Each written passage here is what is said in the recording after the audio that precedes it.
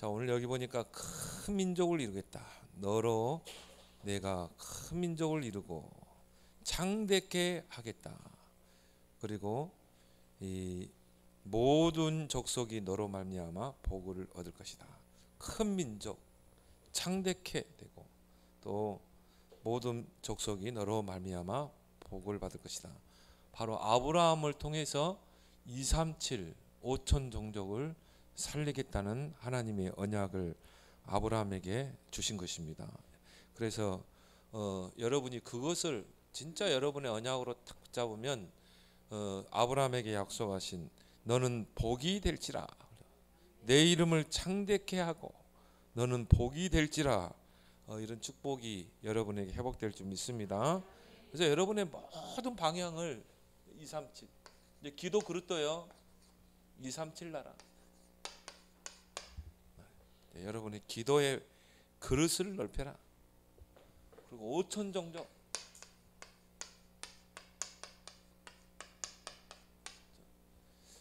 복음이 들어가지 못한 5천 종족, 여기에 여러분이 어떻게 하면 되냐? 여러분의 모든 마음, 생각, 여러분의 모든 기도가 갇히면 돼요.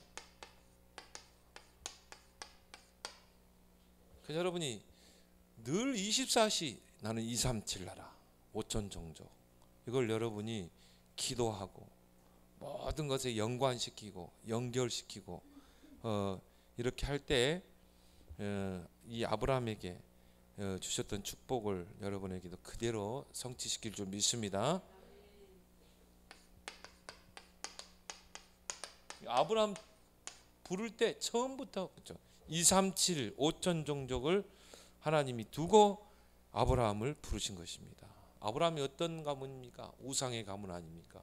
갈대아 우르에서 우상 만들고 또 그것으로 생계하는 그런 뭔가 영적 문제 심각한 가문이잖아요. 근데 하나님의 부르시면은 후회하심이 없어요. 우리 가문이 어떤 환경에 또 내가 어떤 상처가 있든 그건 아무 상관이 없습니다. 하나님의 모든 기준은 언약이요. 여러분 언약만 딱 붙잡으면 성취하시는 분은 하나님인 줄 믿습니다. 그래서 여러분의 언약을 이제 크게 잡으라 이 말이에요. 어느 정도 하나님 우리 교회 237 나라 살리고 5천 종족 살릴 수 있는 언약 성전이 나를 통해 세워주옵소서. 나와 우리 후대를 통해 세워지게 해주옵소서. 이런 통 큰 기도 제목을 가지고 여러분이 기도를 하시라 이 말이에요. 왜? 부와 기가 하나님의 손에 있기 때문에. 그래서 그러려면 여러분이 어떻게 해야 돼요? 그리스도로 풍성한 자, 이 측량할 수 없는 그리스도 풍성함을 여러분이 알고 전하는 자가 되라. 바울은 측량할 수 없는 그리스도의 풍성함이라고 그랬죠. 그러니까 이걸 여러분이 알면 이걸 말할 수밖에 없고요, 전할 수밖에 없는 것이죠. 그래서 여러분은 다른 것에 갇히지 말고 오늘 오전에 주신 말씀처럼 복음에 갇힌 자가 되라. 복음에 붙잡힌 자가 되라. 그러면 뭐가 나타납니까? 능력이 나타나죠. 여러분의 무능을 뛰어넘는 능력이 나타나게 됐어요. 왜? 복음 자체가 능력이기 때문에. 그렇죠? 사단의 권세를 깨뜨리는 능력, 또 모든 저주 재앙을 물리칠 수 있는 능력, 그렇죠? 하나님의 모든 축복을 회복하는 능력, 복음. 그래서 여러분 좀 늦더라도 복음으로 시작하면 돼요. 요셉처럼요 완전히 밑바닥까지 갔다 거기서 복음으로 시작하면 돼요. 아무 상관없습니다. 그렇죠? 그래서 바울의 고백처럼 빌립보 3장 12절에 뭡니까? 나는 그리스도께 붙잡히기로 한다.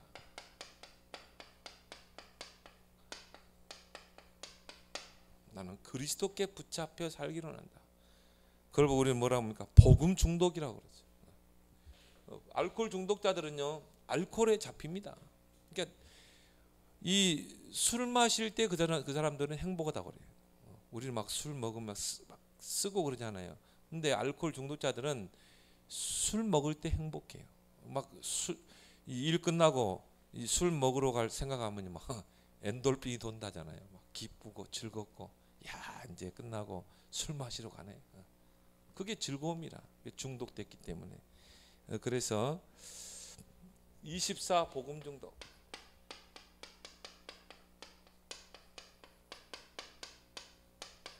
그 속에서 여러분이 참된 행복을 누리는 여러분 되길 바랍니다. 복음으로 행복하다. 그 사람은요 진짜 영적 문제 다 해결된 사람. 이게 아니잖아요. 우리는 다른 게 행복이고. 그래서 여러분이 이게 되면 사단이 무릎 꿇게 돼 있어요. 여러분의 모든 중심은 복음 중심. 복음으로 중독되면 복음 중심이 되겠죠. 모든 생각도 말도 선택, 판단 모든 기준이 오직 복음. 복음 정신은 뭡니까? 살리고 세우고 치유해서 회복시키는 것. 이게 복음 정신 아니겠습니까? 그래서 갈라디아 2장 20절. 나는 오직 이제 그리스도를 위해 사는 것이다. 이걸 가지고 바울은 어떻게 했습니까? 이 복음에 측량할 수 없는 이 복음의 풍성함을 이 에베소 교인들에게 글로 기록해서 그걸 어떻게 했습니까? 전달했죠. 두기고 편에. 그래서 에베소 교인들이 그걸 읽고 내가 깨달은 이 복음을 이 에베소 교인들도 이거를 깨달아 알도록. 그래서 나의 복음 편지를 만들라. 바울이 14권의 서신을 써서 7교회에 전달했거든요. 그게 다 지금 바울의 복음 편지가 이 성경 속에 들어왔잖아요. 그래서 바울의 그 옥중 서신을 쭉 읽어보면요, 진짜 복음의 정수가 다 들어가 있어요. 바울 서신을 통해 우리가 복음을 정확하게 깨달을 수가 있습니다. 거기에 모든 뭐 신앙의 원리, 뭐 교회 생활 다 나와 있어요. 에베소서만 놓고 보더라도 우리가 어떻게 교회 생활을 할 것인가, 복음 뭔가, 구원은 뭔가 다 설명하고 있잖아요. 그게 전달된 편지를 지금 우리가 그 편지를 읽고 있잖아요. 그래서 바울이 14권의 서신, 이 14권의 서신을 7교회에 전달한 것입니다.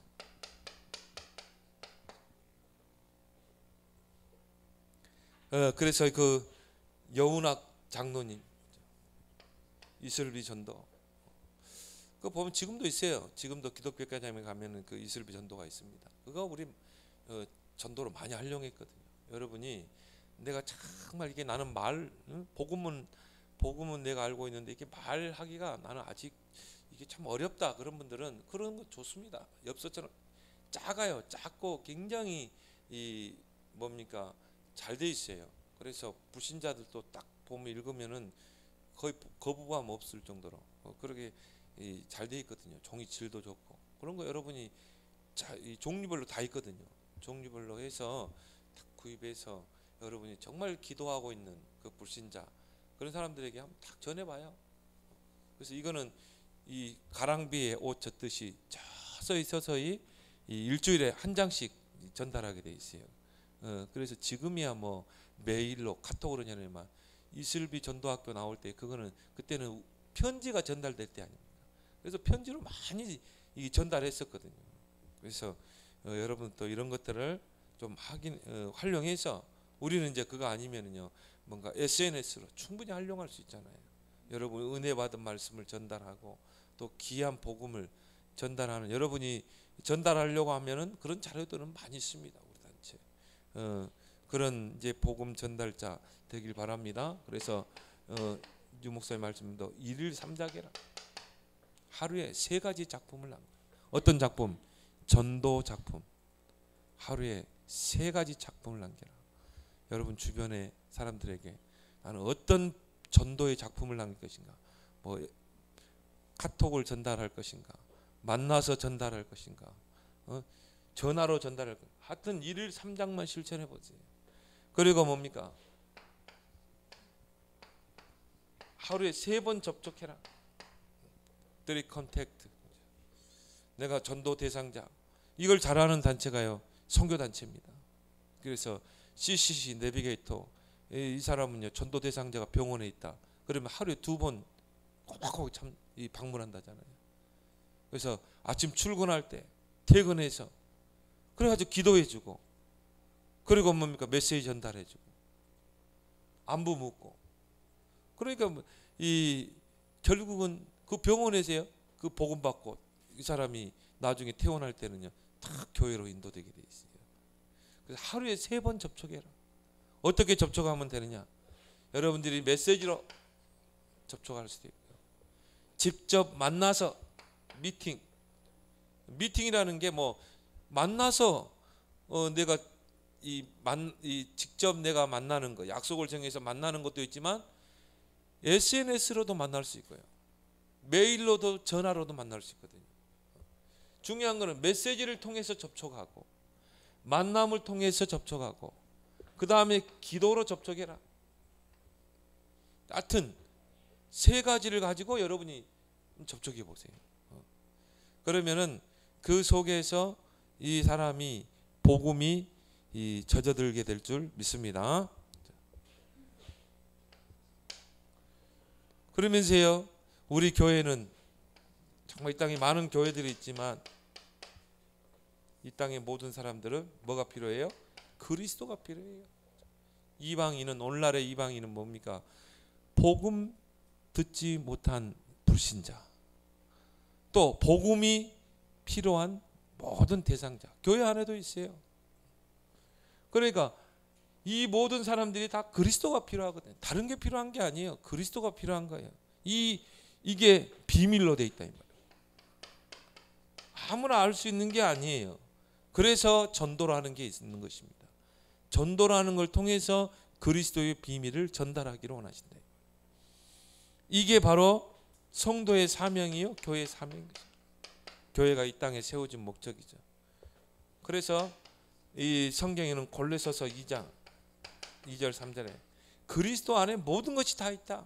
구원의 길, 모든 사망의 법에서, 죄와 사망의 법에서 해방되는 길, 모든 영적 문제를 해결할 수 있는 길. 그 애틀란타에 있는 그 청년이요, 정말 주변 사람들이 다 놀래요. 그런 친구가 아니거든요. 얼마나 교회도 잘 다니고 꼬박꼬박 성경 읽고 학교에서도. 그런데요, 살인을 했거든요. 영적 문제 해결을 못한 것입니다. 이런 그리스도가 아니면요, 이 교회 다녀도 영적 문제 해결 안 됩니다. 교회 다닌다고 영적 문제가 해결됩니까?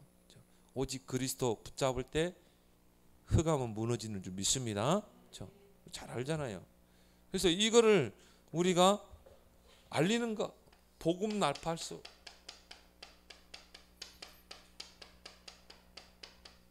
이게 교회다. 교회가 뭐 많은 일을 해야 되겠지만 이것만큼 중요한 게 없다.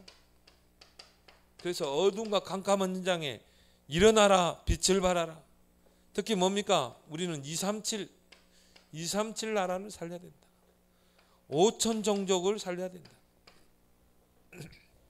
이제 여러분이 여기에 그릇을 딱 준비하면 돼요. 그래서 이 그리스도의 풍성함을 정말 열방의 모든 민족에게 증거하는 저와 여러분 되길 바랍니다. 아브라함을 처음 부를 때부터 너로 큰 민족을 이루고 땅의 모든 족속이 너로 말미암아 복을 받을 것이다. 이걸 여러분 딱 붙잡아야 된다니까요. 그러면 너는 복이 될지라. 그래서 237 복음화, 이걸 여러분의 언약으로 딱 붙잡아라. 여러분의 기도 제목으로. 근데 이거는요, 하나님이 처음부터 주신 약속이에요. 처음부터 주신 언약이다. 어떻게 보면 인간을 세운 목적이 이거예요. 그래서 하나님이 인간을 하나님의 형상으로 창조하시고 창세기 1장 28절에 생육, 번성, 충만, 정복, 다스리라. 하나님이 처음부터 인간을 만들 때 주신 축복이라 이 말이에요. 그래서 인간은 우리가 만물의 영장이라고 그러죠. 오늘 아브라함을 부르시고 너를 통해 큰 민족을 이루겠고 땅의 모든 족속이 너로 말미암아 복을 받을 것이다. 너는 복의 근원이 될 것이다. 근데 아브라함이요 이걸 처음에는 사실적으로 안 믿었어요. 그래서 뭡니까? 불신앙도 하고 그렇죠. 근데 나중에 이제 아브라함이 진짜 이 믿을 때가 있었어요. 그때 뭡니까? 이삭을 통해서.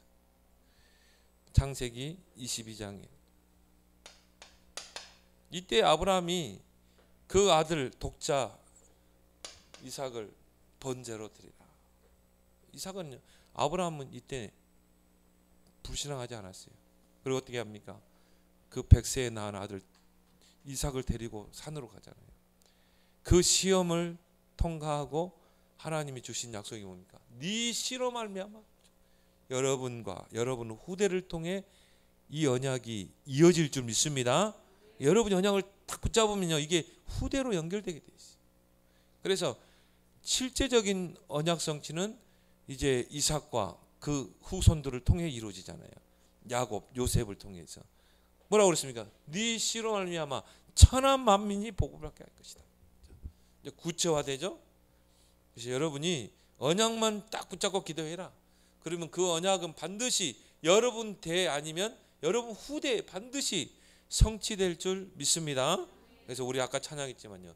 한 알의 미랄, 우리가 한 알의 씨앗을 심는 심정을 가지고 우리 후대들이 정말 일어나서 열국의 열방에 이 복음을 전하는 이 꿈을 가지고 여러분이 씨를 심으라 이 말이에요. 눈물을 흘리며 씨를 뿌리는 자는 기쁨으로 그 단을 거두리로다. 애들이 지금 앞에는 찬양하잖아요. 아무것도 아닌 것 같죠. 이 찬양하는 것이 신앙 고백이에요. 성경에 보니까 찬송은 제사라고 그래요. 제사. 하나님께 올려드리는 제사. 입으로도 입술로 내가 찬양할 때 이것도 제사가 되고 내가 춤을 추며 악기를 가지고 그러잖아요. 수금과 비파로 그것도 하나님께 드리는 제사고 내가 춤을 추며 하나님 찬양했다. 이것도 제사가 되고 찬양팀을 위해서 많이 여러분이 기도 많이 해주기 바랍니다. 창세기 37장 아브라함에게요 세계 복음화 237 나라 꿈을 딱 보여주잖아요. 5천 종족 살릴 수 있는 그 꿈을 아브라함에게 딱 보여줘요. 근데 중요한 건 이삭에게 요셉에게 보여줬죠. 근데 중요한 거는 이 요셉이 이 언약을 꿈을 꾸기 전에 이미 언약을 붙잡고 있었다. 그 언약이 누구에게서부터? 아브라함에게서부터. 이게 전달돼 가지고 이 언약이요. 그 야곱의 아들들이 한 명도 못 붙잡았어요. 누가 붙잡았습니까? 이 요셉이 붙잡은 거예요. 언약을. 이게 언약의 바톤을. 이게 어느 날 비전이 되고 이게 꿈으로 나타나는 거예요. 이게 이거 아닙니까? 꿈으로. 그리고 이게 흐름 속의 이미지가 되고 이게 요셉의 인생의 목표가 된 것입니다. CVDIP. 제일 중요한 게 언약을 찾는 거예요. 또 여러분을 통해 여러분 후대가 이 언약을 전달받는 것입니다. 그러면 그 속에서 비전과 꿈과 이미지 프랙티스가 나온다. 근데 중요한 거는 이 말을 했을 때 그 아버지 야곱은 그걸 마음에 담았다고 그랬어요. 왜요? 이게 아버지가 붙잡은 언약이거든. 그 언약이 요셉에게 전달되고 그 아들 요셉이 이걸 꿈으로 딱 품었다는 것을 깨닫게 된 거죠. 그러니까 야곱은 마음에 담고 어떻게 했습니까? 요셉을 위해서 기도하게 되죠. 어떻게 보면 요셉이 서밋 자리에 설 수 있었던 것은 또 그 아버지의 그 기도가 있었을 거예요. 여러분의 기도는 하나도 땅에 떨어지지 않는 줄 믿습니다. 내가 볼 때 여러분 자녀들이 저거 왜 저럴까? 저거 렘넌트 맞나? 아니에요. 여러분이 계속 기도하고 한 알에 이 씨앗을 심고 하면 하나님이 세워나가시는 줄 믿습니다. 이것만 찾아지면 끝나거든. CVDIP. 그럼 하나님 이끌어 가시죠. 예수님께서 승천하시기 전에 마지막 오직 성령이 너에게 임하면 권능받고 땅끝까지 책임지라. 그래서 지구의 모든 역사가 뭡니까? 이 237 중심으로 흘러가고 있습니다. 왜 하나님이 강대국을 세웁니까? 237 나라를 살려야 되기 때문에. 5천 종족을 살려야 되기 때문에. 그래서 복음이 들어간 나라, 이 복음이 들어간 나라를 한번 봐보세요. 하나님은요, 그 복음 들어간 나라 중심으로 237 선교 5천 종족 살리잖아요. 그 복음 들어간 나라를 하나님 축복하잖아요. 왜 영국이란 나라, 왜 미국이란 나라를 축복했습니까? 이 나라에 복음이 들어갔거든요. 그래서요, 영국과 미국에서 선교사가 많이 파송됐어요. 특히 아메리카, 아프리카 쪽으로, 우리 대한민국까지. 그리고 하나님은 그 나라를 강대국이 되게 했어요. 복음이 들어간 시대마다 하나님 축복이 돼요.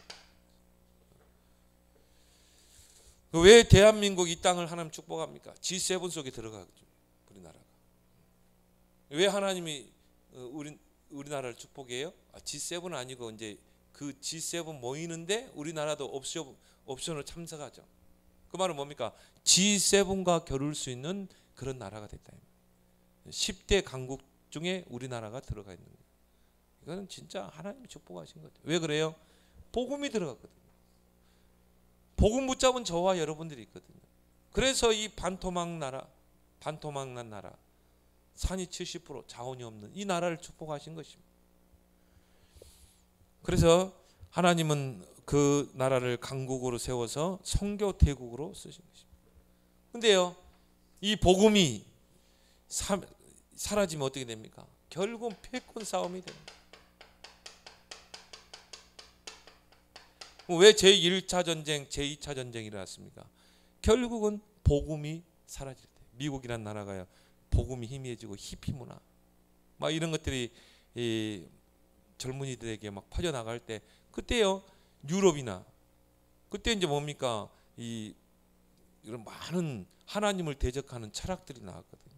뭐 실존주의, 실증주의 이런 것들이 나올 때 또 포스트 모더니즘이라고 그러죠. 기존의 모든 진리를 다 혁파하는 그런 지식의 반란이 일어난 것입니다. 그때 제1차, 제2차 세계대전이 일어났어요. 그게 바로 패권 전쟁이거든요. 그래서 우리나라를 힘을 키워서 약소국을 침략하고 뺏고 죽이고 그런 일들을 자행하게 되잖아요. 강대국과 약소국으로. 그렇게 해서 뭡니까? 전쟁이 일어나고,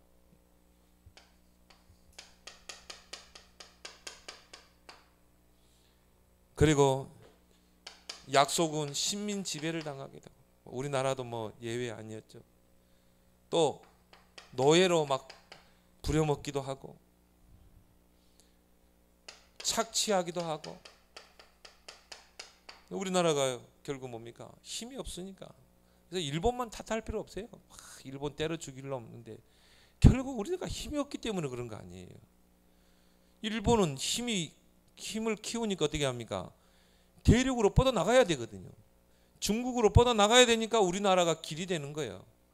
그러니까 어떻게 합니까? 우리나라 집 밟고 결국 뭡니까? 중국을 치러 올라갔거든요. 이게 임진왜란 아닙니까? 정유재란이고 이게 일제 식민 지배 아닙니까?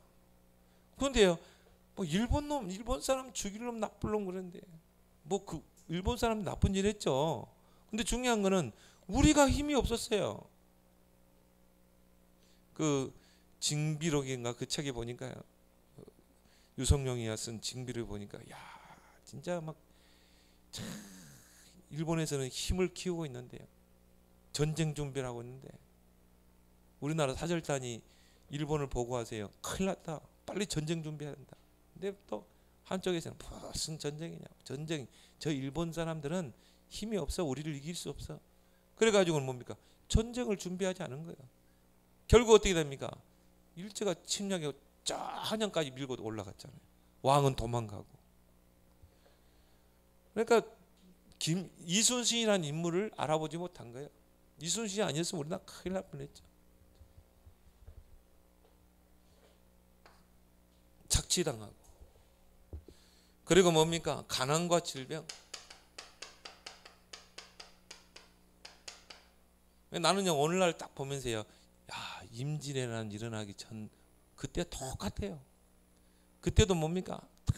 뭐 서로 북파 남파가 싸우고, 그럼 매번 싸움하고 두 당이 나눠가지고 뭐 나라에 대한 걱정이 없어요. 어떻게 하면 나라를 다스릴까?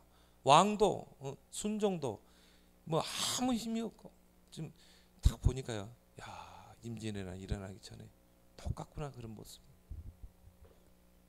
진짜 나라를 위해서 기도해야 되겠다.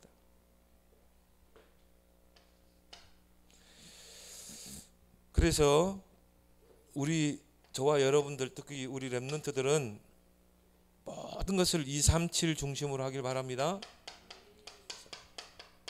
예, 처음부터 하나님의 약속. 모든 것을 237과 연관시켜라.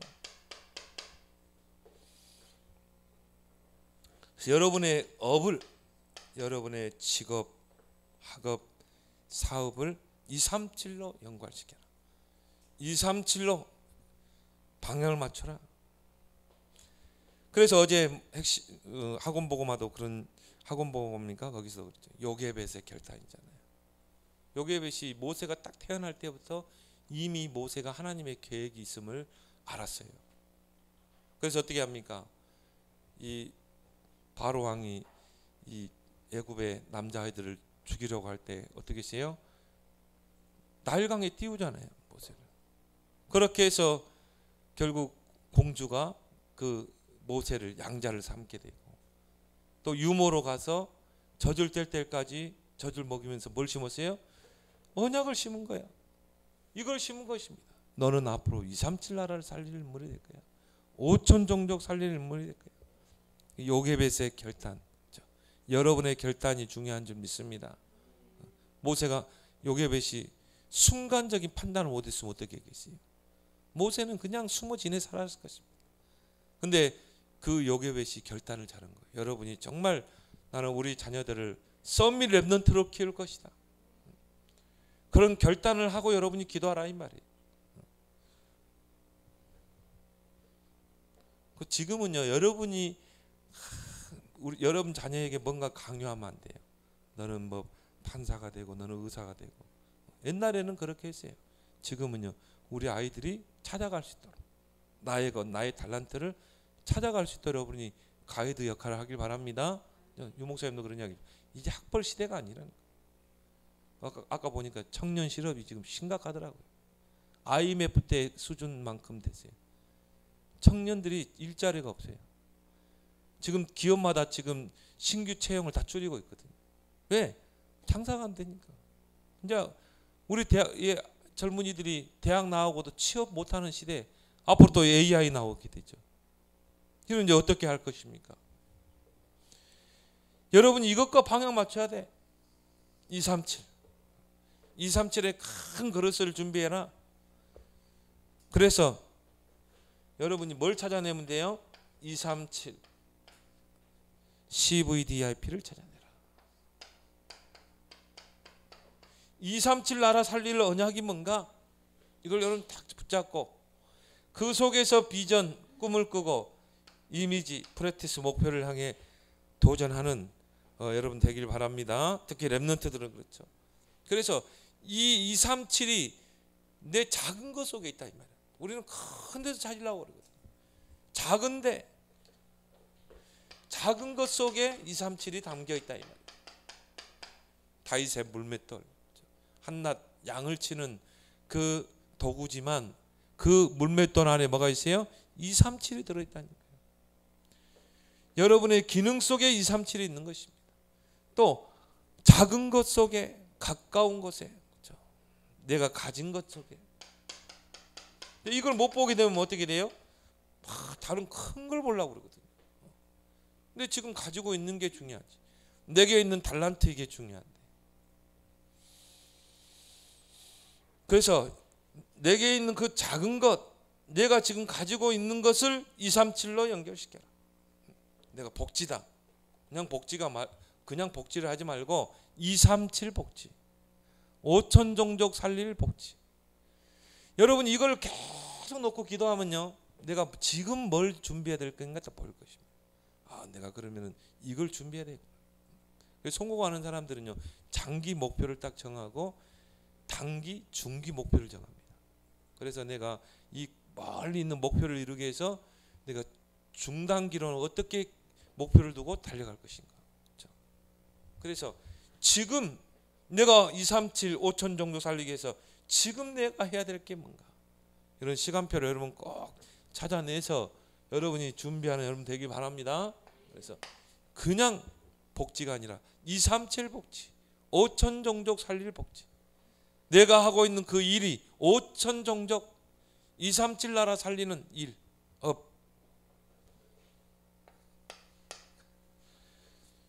그래서 이걸 언약으로 붙잡게 되면 어떻게 돼요?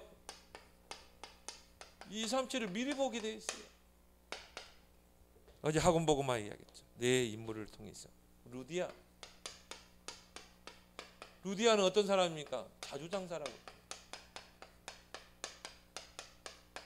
자주 색깔, 비단을, 옷감을 파는 그런 장사꾼이었어요. 근데 옛날에는 옷 색깔이 신분이잖아요. 자주 색깔의 옷감은 귀족들, 황실 이런 사람들이 있는 거잖아요. 그러면 이 귀족들과 황실과 거래를 했다 이가 아닙니까? 근데요, 이 루디아가 복음을 받은 것입니다. 사도행전 16장 14절에 주께서 루디아의 마음을 열어 바울의 말을 따르게 하신지라. 바울의 말을 따르. 사도행전 16장 15절에 보니까 만일 나를 주 믿는 자로 알거든 내 집에 들어와 유하라.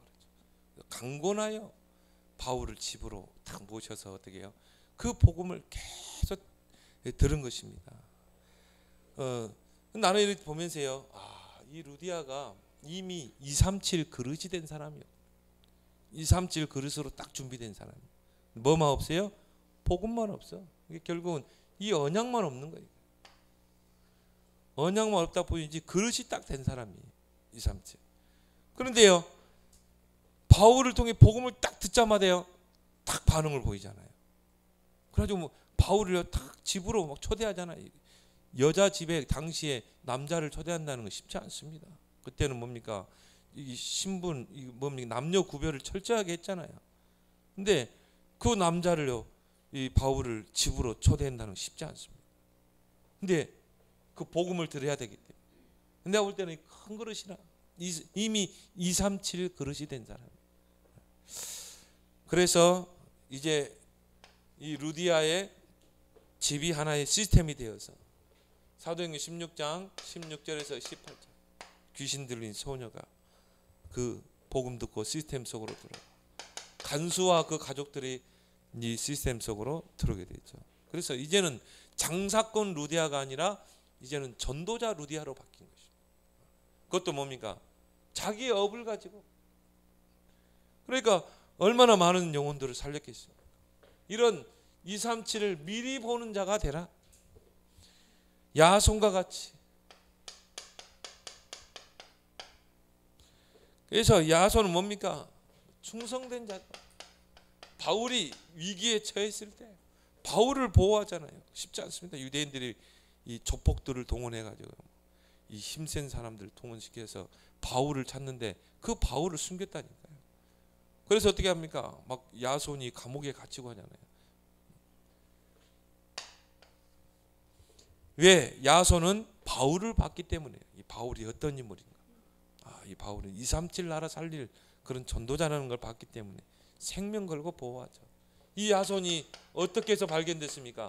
바울이 데살로니가 가서 회당에서 복음 전하다가 거기서 복음의 반응을 보이는 헬라인들과 기부인들 그들을 모아놓고 말씀 운동을 했다. 그 속에 누가 있었어요? 이 야손이 있었죠. 그 속에서 찾아낸 인물이 누굽니까? 바로 야손이죠. 그래서 성경에 보니까 야손의 집에 들었다. 그 말은 야손의 집에서 이 말씀 운동의 시스템이 세워진 것입니다. 237 나라 살릴 시스템이 세워진 거죠. 그리고 세 번째 브루스길라 부부죠.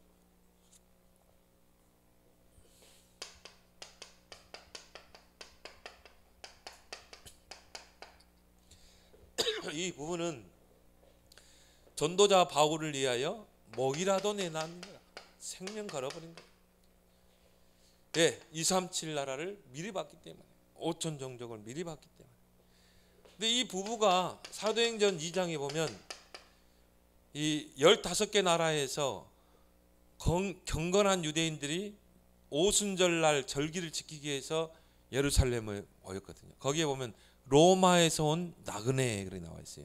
그래서 학자들은 이 나그네가 바로 브리스길라 부부였을 것이다 이렇게 추측하고 있습니다. 그래서 이미 이 브리스길라 부부는 바울을 만나기 전에 복음을 받은 자예요. 오순절날 마가다락방에서. 그리고 그 받은 복음을 가지고 로마에서 전도하던, 남편은 사업을 하고 장막 짓는 일, 그리고 전도하던 부부입니다. 그러다가 추방당해서 어디로 옵니까? 이제 고린도로 오게 되죠. 거기서 누구를 만나게 돼요? 거기서 전도자 바울을 만나게 되죠. 기가 막힌 만남 아닙니까? 하나님 이런 237 가슴 있는 전도자와 그 부부를 딱 만나게 하신 것이죠. 이게 이제 로마 복음화까지 연결되게 된 것이죠. 그래서 고린도전서 16장 19절에 보니까 브리스길라와 아굴라의 집 그랬죠. 또 브리스길라와 그 집에 있는 교회 그랬죠. 그러면 루디아의 그 브리스길라 집에서 교회가 시작된 것입니다. 그리고 이 부부가 바울이 로마로 이제 잡혀갈 때 같이 가게 되죠. 그렇게 끝까지 바울을 도운 인물들, 목이라도 내놨는 237을 미리 봤기 때문에. 그래서 바울이 로마를 복음화하는데 중요한 역할을 이 브리스길라 부부가 하잖아요. 그리고 한 인물이 누굽니까? 가이오. 이 사람은요 경제를 가지고 237 나라 선교한 중요한 인물이죠. 그래서 이 가이오에게 붙어진 별명이 뭡니까? 식주인이죠. 식주인. 개정성경에는 온 교회를 돌보아주는 자. 개혁성경에는 뭡니까? 식주인, 먹여 살리는 사람. 이 사람이 얼마만큼 중요한 역할을 했냐면요, 중요한 전도자들의 식주인 역할을 했어요. 그래서 로마서 16장 23절에 보니까 바울의 식주인 역할을 하죠. 이제 바울이 전도하는데 뒤에서 경제적인 다 배경이 된 것입니다. 그리고 이제 바울이 먼저 순교를 당하게 되죠. 그러고 나서는 어떻게 했습니까? 이제 요한 사도를 또 섬기게 됩니다. 요한삼서 1장 2절, 요한 사도가 그 가이오에게 편지할 때 뭐라고 그랬습니까?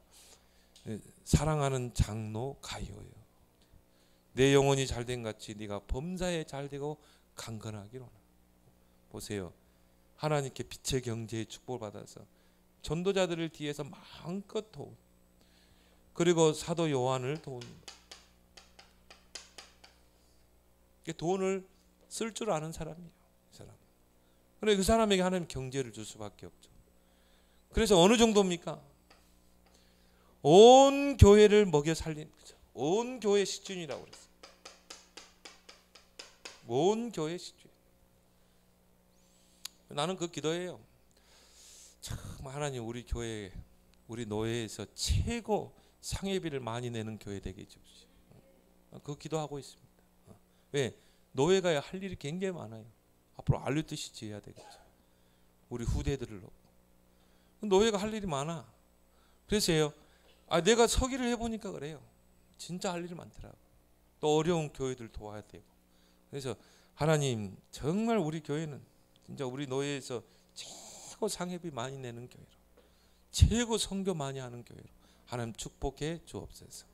그래서 하나님 3천 제자의 응답을 주옵소서.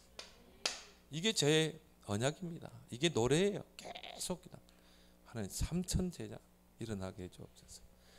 그래서 여러분이 237 5천 종족에 갇힌 여러분이 되길 바랍니다. 우리 주신 말씀을 붙잡고 우리 합심으로 한번 기도합니다. 하나님